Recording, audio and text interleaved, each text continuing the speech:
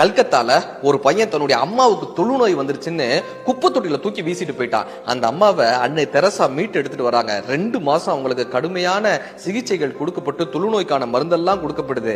2 மாதம் கழித்து அந்த மூதாட்டிக்கு நினைவு வருது. அவங்க தன்னுடைய பையனை அப்படி திட்டி தீக்குறாங்க. நான் எவ்வளவு பணக்காரியா இருந்தவ தெரியுமா, என்னுடைய பணத்தை எல்லாம் சொத்தை எல்லாம் என் மகனுக்கு கொடுத்தேன், ஆனா என் மகன் என்ன குப்பை தொட்டில தூக்கி எறிந்துட்டானேன்னு அவங்க வருத்தப்பட்டு தினமும் அந்த மகனை சபிக்கிறாங்க.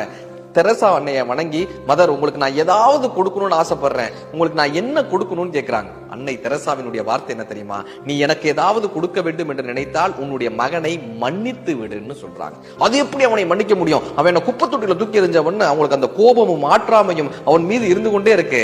2 வருஷம் ஆகுது, அவங்களுடைய நோய் முற்றி அவங்க இறக்கக்கூடிய மரண தருவாய் வருது.